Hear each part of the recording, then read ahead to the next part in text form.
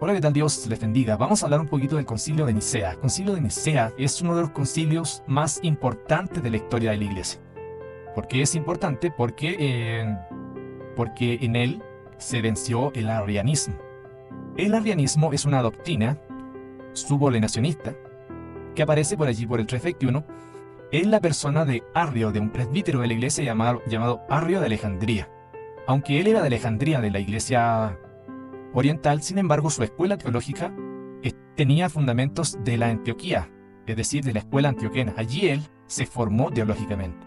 Y la escuela antioquena, todos sabemos que tenía, ¿cierto?, una particularidad en su teología, en su forma de enseñanza, y era el valor y el realce que ellos tenían de la letra rígida, ¿ya? A diferencia de la escuela de Alejandría.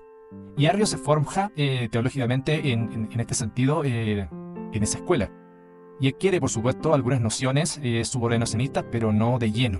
Ahora bien, el subordenacionismo como concepto, ¿cierto?, se pueden hallar los primeros indicios de él en el siglo II, precisamente en el año 190, con la persona de Teodoto de Bizancio, llamado el Curtidor también.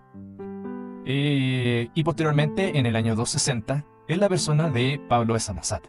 Pablo de Samosata y Teodoto de Bizancio enseñaron una especie de subordenacionismo llamado monarquianismo dinámico. El monarquianismo dinámico es lo que se define también como adopcionismo, y a grandes rasgos enseñan en primer lugar a un Dios unipersonal, absolutamente solo, ¿cierto? Un monoteísmo rígido, y ven en Cristo solamente a una mera criatura, ¿cierto?, que fue adoptada por Dios en el bautismo y que fue dotada de ciertos dones, ¿ya?, en esa recepción bautismal, y que fue entronizado a la categoría de Señor mediante la resurrección. Eso es más o menos lo que se enseñó antes que Arrio de Alejandría enseñara su subordinacionismo. Pero el subordinacionismo de Arrio era aún más peligroso y más potente que el de Teodoto de Bizancio y el de Pablo de Samosata. ¿Por qué?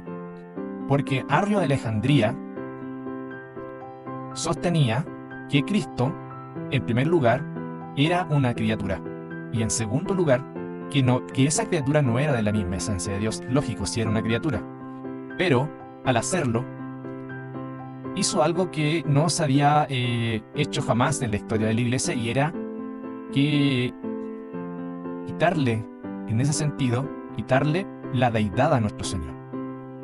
Los padres de la Iglesia, los padres posapostólicos, siempre enseñaron que Jesucristo era Dios, y siempre conectaron esa deidad, ¿cierto?, con la obra de la salvación, porque ellos entendían que el que había muerto y el que había sido crucificado, ¿cierto?, en esa cruz, era Dios encarnado, y en ese sentido la obra de redención adquiría un valor intrínseco indecible, es decir, confiaban plenamente en que Dios mismo había muerto por nosotros.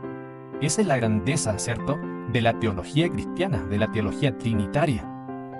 Y es por eso que el subordinacionismo es una herejía, porque siempre, sea el color que sea, ¿cierto?, va a despojar a Cristo de su estatus, es decir, de su categoría divina.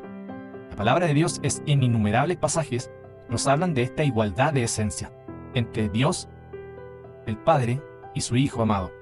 Juan 10:30 dice: porque yo y el Padre una cosa somos. ¿Y por qué digo así? Porque el original griego se traduce de esa forma, ya que ese uno, ¿cierto?, ese uno somos, ese uno, al estar en neutro, ¿cierto?, indica no tanto, ¿cierto?, la unidad numérica, sino la unidad sustancial. Así lo entendieron, ¿cierto?, los padres de la Iglesia. Jesucristo era uno en esencia con el Padre. Y es por esto mismo también el texto señala que Cristo fue acusado de herejía y lo quisieron matar por ello.